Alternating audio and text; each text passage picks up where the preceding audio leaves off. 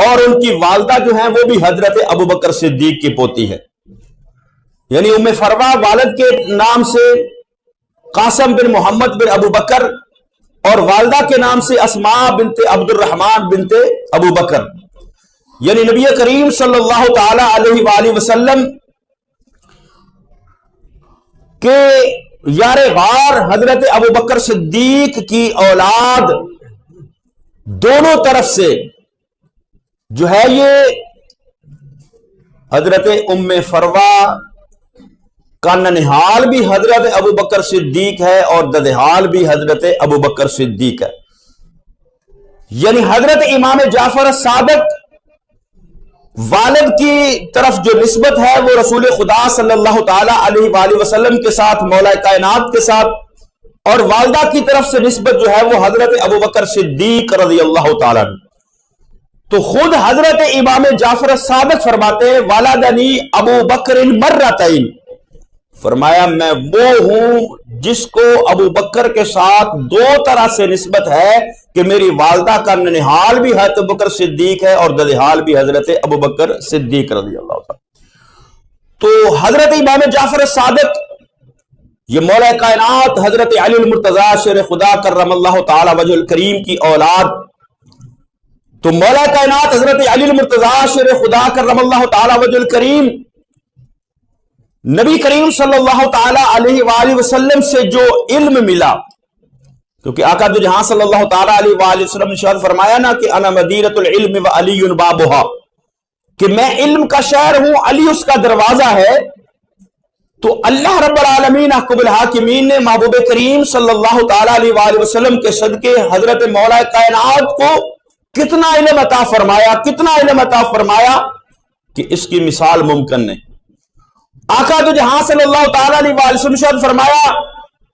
اپنے صحابہ کو، فرمایا میرے صحابہ سل ما شئتم، فرمایا میرے صحابہ مجھ سے جو پوچھنا چاہتے ہو پوچھو، میں تمہارے ہر سوال کا جواب دوں گا، کیونکہ اللہ رب العالمین احکم الحاکمین نے محبوب کریم صلی اللہ تعالی علیہ وآلہ وسلم کو عالم ما کان و ما یکون بنایا، تمام علوم عطا فرمائے، اور وہی علم ان کا مرکز و منبع و ماوا جو ذات مصطفیٰ صلی اللہ تعالی علیہ وآلہ وسلم ہے، اس علم کو اللہ رب العالمین احکم الحاکمین نے مولا کائنات حضرت علی المرتضیٰ شیر خدا کو عطا فرمایا،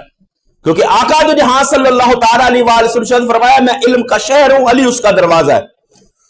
تو جب مصطفیٰ کریم صلی اللہ تعالی علیہ وآلہ وسلم کے علم کا یہ عالم تھا کہ آپ نے فرمایا سل ما شئتم، جو مجھ سے پوچھنا چاہتے ہو پوچھ لو، تو اسی علم کا فیضان تھا مولا کائنات حضرت علی المرتضیٰ شیر خدا کرم اللہ تعالی وجہ الکریم ہے، کوفہ کی جامع مسجد ہے، مولا کائنات حضرت علی المرتضیٰ شیر خدا کرم اللہ تعالی وجہ الکریم فرماتے ہیں سلونی قبل ان تفقدونی، حضرت علی فرماتے ہیں لوگوں علم مصطفیٰ صلی اللہ تعالی علیہ وآلہ وسلم کا فیضان جو مجھے ملا ہے، علم مصطفیٰ کا سرچشمہ جو مجھے ملا ہے، جو اللہ رب العالمین احکم الحاکمین نے محبوب کے صدقے مجھے علم عطا فرمایا ہے، اس علم کا عالم یہ ہے کہ علی کوفہ کی جامع مسجد کی منبر پر یہ اعلان کر رہا ہے کہ جو کچھ مجھ سے پوچھنا چاہتے ہو پوچھ لو، سلونی قبل ان تفقدونی، اس سے پہلے کہ میں دنیا سے چلا جاؤں مجھ سے پوچھ لو۔ اور وہی علم کا فیضان چلتے چلتے حضرت امام جعفر صادق تک آتا ہے، وہی علم جو شروع ہوا سا جس کا سرچشمہ منبع جناب رسول خدا صلی اللہ تعالی علیہ وآلہ وسلم سے اور مولا کائنات حضرت علی المرتضیٰ شیر خدا کرم اللہ تعالی وجہ الکریم سے ہوتا ہوتا جب حضرت امام جعفر صادق تک آتا ہے تو حضرت امام جعفر صادق حج کا موقع ہے، میدان عرفات ہے، حضرت امام جعفر صادق فرماتے ہیں آپ بھی وہی اعلان فرما رہے ہیں سلونی سلونی، مجھ سے پوچھ لو مجھ سے پوچھ لو، یعنی اللہ رب العالمین احکم الحاکمین نے ان کے سینے کے اندر وہ علم جو مولا کائنات کے سینے کے اندر تھا اور جو فیضان تھا علم مصطفیٰ صلی اللہ تعالی علیہ وآلہ وسلم کا، وہ علم اللہ رب العالمین احکم الحاکمین نے حضرت امام جعفر الصادق کو عطا فرمایا۔ تو حضرت امام جعفر الصادق آپ کی شاگردی کے اندر حضرت امام اعظم ابو حنیفہ حضرت نعمان بن ثابت رہے، 2 سال حضرت امام جعفر الصادق کی شاگردی اختیار کی، ان سے علم سیکھا۔ اور حضرت امام اعظم ابو حنیفہ فرماتے ہیں کہ اگر میری زندگی کے یہ 2 سال نہ ہوتے تو میں سمجھتا کہ مجھے علم حاصل نہیں ہوا۔ تو میں نے علم حاصل کیا حضرت امام جعفر الصادق سے، اور میری زندگی کے بہترین اور قیمتی وہ سال ہے 2 سال جو میں نے حضرت امام جعفر الصادق کی معیت کے اندر گزارے، ان کی شاگردی اور صحبت کے اندر گزارے ہیں۔ تو حضرت امام جعفر الصادق سے کسی نے پوچھا کیا کوئی شخص ایسا ہے جو حضرت امام جعفر الصادق کے برابر کو علم رکھنے والا ہے؟ روئے زمین پر اس وقت کوئی شخص ایسا ہے جو علم کے مقابلے کے اندر حضرت امام جعفر الصادق کے برابر مقام و مرتبہ رکھتا ہو یا ان سے کوئی بڑا عالم ہو؟ تو حضرت امام اعظم ابو حنیفہ حضرت نعمان بن ثابت جنہوں نے حضرت امام جعفر الصادق کی شاگردی کی، ان سے اکتساب علم کیا، وہ کیا فرماتے ہیں؟ وہ فرماتے ہیں ما رأیت احدا افقہ من جعفر بن محمد، فرماتے ہیں کہ میں نے نعمان بن ثابت نے اس روئے زمین پر حضرت امام جعفر الصادق بن امام محمد باقر سے زیادہ کوئی علم رکھنے والا میں نے نہیں دیکھا۔ تو اللہ نے اتنا علم عطا فرمایا، اور حضرت امام جعفر الصادق چونکہ ننہال کی طرف سے آپ کا سلسلہ نسب جو ہے وہ حضرت ابوبکر صدیق کی طرف جاتا ہے، اور اہل بیت مصطفیٰ صلی اللہ تعالی علیہ وآلہ وسلم نبی کریم صلی اللہ تعالی علیہ وآلہ وسلم کے ان دونوں خلفاء کا ادب و احترام کتنا کیا کرتے تھے۔ کسی شخص نے آ کر حضرت امام جعفر الصادق سے حضرت ابوبکر صدیق اور حضرت عمر کے بارے میں پوچھا، اس کے دل کے اندر بغض تھا شیخین کریمین کا، اس کے ذہن میں یہی تھا کہ میں امام جعفر الصادق سے پوچھوں گا اور مجھے میری مرضی کے مطابق کوئی جواب ملے گا۔ لیکن حضرت امام جعفر الصادق جو رسول خدا صلی اللہ تعالی علیہ وآلہ وسلم کی ہر نسبت کا احترام کرنے والے تھے، جنہوں نے امت کو شیخین کریمین کا احترام کر کے سکھایا، تو جب اس شخص نے پوچھا حضرت ابوبکر صدیق اور عمر کے بارے میں رضی اللہ تعالیٰ عنہما، تو حضرت امام جعفر الصادق نے فرمایا انکا تسألنی عن رجلین، فرمایا وہ سوال کرنے والے تو مجھ سے ان 2 اشخاص کے بارے میں پوچھتا ہے قد آکلا من ثمار الجنت، جو جنت کے پھل کھا رہے ہیں، یعنی جن کو اللہ نے جنت کے اندر رکھا ہوا ہے اور وہ جنت کے پھل کھا رہے ہیں، یعنی حضرت امام جعفر صادق کا حضرت ابوبکر صدیق اور حضرت عمر فاروق کے بارے میں یہ عقیدہ اور نظریہ تھا۔ اور حضرت امام جعفر صادق نے اپنے والد جناب امام محمد باقر سے، اور حضرت امام محمد باقر نے اپنے والد جناب حضرت امام زین العابدین سے، اور حضرت امام زین العابدین نے حضرت امام حسین رضی اللہ تعالیٰ عنہ سے، اور حضرت امام حسین رضی اللہ تعالیٰ عنہ نے اپنے والد گرامی جناب مولا کائنات حضرت علی المرتضیٰ شیر خدا کرم اللہ تعالیٰ وجہ الکریم سے ایک حدیث مبارکہ بیان کی۔ اور محدثین حدیث کے جو اس روایات کو اور اس کے اندر جتنے راوی ہیں تمام ہی ائمہ اہل بیت ہے، تمام ائمہ اہل بیت ہے۔ حضرت امام جعفر صادق ہے، ان کے والد امام محمد باقر ہے، ان کے والد امام زین العابدین ہے، ان کے والد امام حسین رضی اللہ تعالیٰ عنہ ہے، ان کے والد مولا کائنات حضرت علی المرتضیٰ شیر خدا ہے۔ یعنی اس پوری روایت کے اندر تمام ائمہ اہل بیت اس کے اندر شامل ہے۔ اور وہ حدیث مبارکہ کیا ہے؟ حدیث مبارکہ حضرت امام ذہبی نے السیر اعلام البلاغ کے اندر اس کو نقل کیا ہے کہ حضرت امام جعفر فرماتے ہیں کہ میں نے اپنے والد امام محمد باقر سے سنا، امام باقر نے اپنے والد امام زین العابدین سے سنا، امام زین العابدین نے اپنے والد گرامی جناب حضرت امام حسین سے سنا، اور حضرت امام حسین نے مولا کائنات حضرت علی المرتضیٰ شیر خدا کرم اللہ تعالی وجہ الکریم سے سنا۔ وہ کیا ہے؟ وہ فرمایا کہ من صلی علی محمد وعلی اہل بیتہ، فرمایا جو شخص محبوب کریم صلی اللہ تعالی علیہ وآلہ وسلم اور ان کی آل پر درود پڑھتا ہے، من صلی علی محمد وعلی اہل بیتہ، جو شخص نبی کریم صلی اللہ تعالی علیہ وآلہ وسلم پر اور ان کی آل پر درود پڑھتا ہے، 100 مرۃ، 100 مرتبہ، جو شخص 100 مرتبہ جناب رسول خدا صلی اللہ تعالی علیہ وآلہ وسلم اور ان کی آل پر، اہل بیت پر 100 مرتبہ درود پڑھتا ہے تو فرمایا قضى اللہ لہ 100 حاجۃ، اللہ رب العالمین عقب الحاکمین اس بندے کی 100 حاجتیں پوری فرما دیتا۔ قضى اللہ لہ 100 حاجۃ، جو نبی کریم صلی اللہ، تو کتنا یہ پیارا فرمان ہے، حدیث مبارکہ ہے، جس کو بیان کرنے والے تمام اہل بیت مصطفیٰ کے فراد ہے، جس کو بیان کرنے والے تمام ائمہ اہل بیت ہے، تو اس کی مقبولیت کے اندر اور اس کے سچا ہونے کے اندر کوئی شک نہیں ہے کہ جو شخص بھی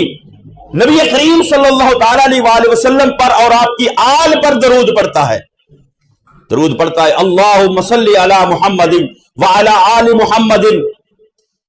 یعنی درود پڑھتا ہے مصطفیٰ کریم صلی اللہ تعالی علیہ وآلہ وسلم پر بھی اور آپ کی آل پر پڑھتا ہے الصلاۃ والسلام علیک یا رسول اللہ وعلی آلک واصحابک یا حبیب اللہ، یعنی درود کے اندر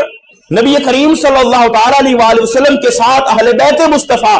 آل مصطفیٰ صلی اللہ تعالی علیہ وآلہ وسلم کو شامل کرتا ہے۔ تو امام جعفر الصادق فرماتے ہیں 100 مرتبہ درود ایسے پڑھے کہ جس کے اندر مصطفیٰ کریم صلی اللہ تعالی علیہ وآلہ وسلم کا ذکر بھی ہو، محبوب کی آل کا ذکر بھی ہو، اللہم صلی علی محمد وعلی آل محمد، جب ایسے درود پڑھے گا 100 مرتبہ درود پڑھے، اللہ رب العالمین اس بندے کی 100 حاجتیں پوری فرما دے گا۔ اور اہل بیت مصطفیٰ صلی اللہ تعالی علیہ وآلہ وسلم کے ساتھ محبت، عقیدت، یہ ہم اہل سنت و جماعت کا شیوا ہے، وتیرہ ہے، طریقہ ہے، کیونکہ حضرت امام جعفر الصادق نے خود فرمایا کہ جو اللہ رب العالمین عقب الحاکمین نے فرمایا نا وَاعْتَصِمُوا بِحَبْلِ اللَّهِ جَمِيعًا وَلَا تَفَرَّقُوا، کہ اللہ کی رسی کو مضبوطی سے تھامو، تو فرمایا وہ اللہ کی رسی کوئی اور نہیں، آقا دو جہاں صلی اللہ تعالی علیہ وآلہ وسلم کی آل ہے۔ فرمایا ہم اہل بیت وہ اللہ کی رسی ہے جس کو تھامنے کا اللہ نے حکم دیا ہے کہ وَاعْتَصِمُوا بِحَبْلِ اللَّهِ جَمِيعًا وَلَا تَفَرَّقُوا، تو امام جعفر الصادق فرماتے ہیں کہ وہ اللہ کی رسی ہم ہیں جن کے بارے میں اللہ نے قرآن کے اندر بیان فرمایا۔ تو حضرت امام جعفر الصادق اور اہل بیت مصطفیٰ صلی اللہ تعالی علیہ وآلہ وسلم کا طریقہ اور وتیرہ رہا ہے کہ ظالم بادشاہ جابر بادشاہ کے سامنے بھی جو ہے وہ کلمہ حق کہا۔ حضرت امام جعفر صادق کا جب دور تھا تو اس وقت جو خلیفہ بنا، جو حاکم بنا، وہ منصور تھا، تو منصور کے دربار میں حضرت امام جعفر صادق تشریف فرما ہے۔ جب تشریف فرمائے تو خلیفہ منصور جو ہے وہ اپنے تخت پر بیٹھا اور ایک مکھی اس کو بار بار آ کر تنگ کر رہی، جب مکھی اس کو تنگ کر رہی ہے تو اس نے فوراً جو حضرت امام جعفر صادق کی طرف مخاطب ہو کر وہ کہنے لگا یا ابا عبداللہ، اے ابو عبداللہ جعفر صادق، یہ فرمائیے کہ اللہ نے مکھی کو کیوں پیدا کیا؟ تو حضرت امام جعفر صادق نے فرمایا اللہ نے مکھی کو اس لیے پیدا کیا ہے کہ ظالم اور جابر بادشاہ کو ذلیل کرے، یعنی ظالم اور جابر بادشاہ کو ذلیل کرے۔ تو یہ ان کا بادشاہ کے سامنے بھی کلمہ حق کہنا تھا، اور اللہ رب العالمین عقب الحاکمین نے پھر عاجزی اور انکساری، ایک طرف جو ہے وہ علم کا اظہار کہ حج کے موقع پر فرما رہے ہیں سلونی سلونی، مجھ سے پوچھ لو، مجھ سے پوچھ لو،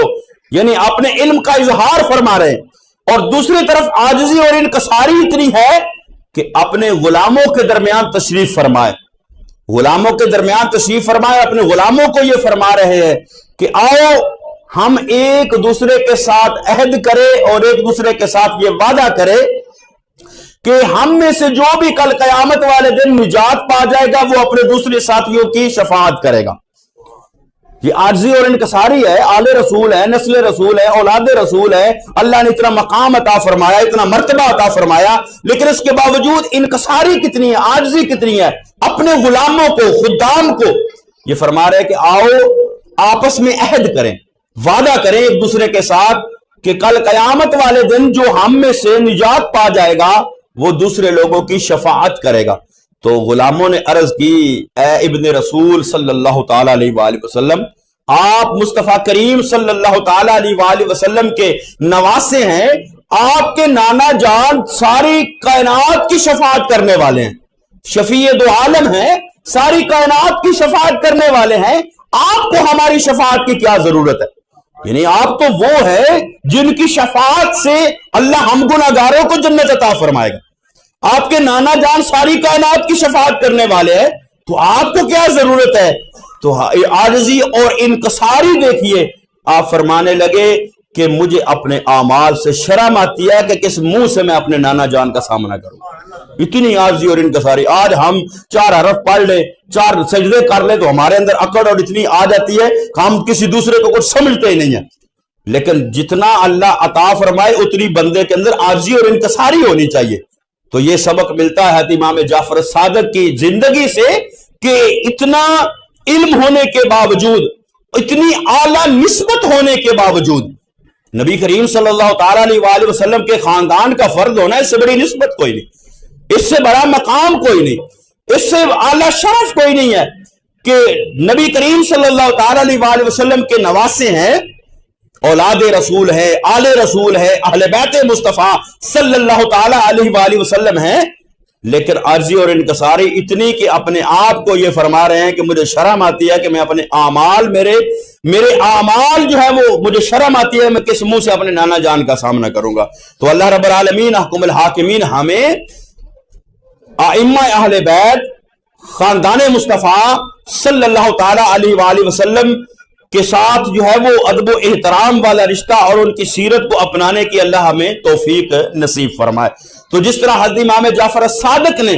حضرت ابوبکر صدیق، حضرت عمر فاروق کے بارے میں فرمایا کہ انک تسألنی عن رجلین قد آکلا من ثمار الجنہ، فرمایا مجھ سے ابوبکر عمر کے بارے میں کیا پوچھتا ہے، وہ تو وہ ہستیاں ہیں جو جنت کے اندر اور جنت کے پھل کھا رہے ہیں، اور جن کی نسبت حضرت امام جعفر صادق والد کی طرف سے مولا کائنات حضرت علی المرتضیٰ شیر خدا کی اولاد میں سے ہے، اور والدہ کی طرف سے حضرت ابوبکر صدیق کی اولاد میں سے ہے، کیونکہ آپ کی والدہ کا ننہال بھی ابوبکر صدیق ہے اور آپ کی والدہ کا ددہال بھی ابوبکر صدیق رضی اللہ تعالیٰ عنہ۔ تو ہمیں اہل بیت مصطفیٰ صلی اللہ تعالیٰ علیہ وآلہ وسلم کے طریقے پر چلتے ہوئے مصطفیٰ کریم صلی اللہ تعالیٰ علیہ وآلہ وسلم کے تمام صحابہ کے ساتھ جو ہے محبت اور عقیدت کا رشتہ بھی رکھنا چاہیے، کیونکہ نبی کریم صلی اللہ تعالیٰ علیہ وآلہ وسلم کے تمام صحابہ، اللہ رب العالمین احکم الحاکمین فرمایا وَكُلًّا وَعَدَ اللَّهُ الْحُسْنَى، کہ ان سب کے ساتھ اللہ نے جنت کا وعدہ فرمایا۔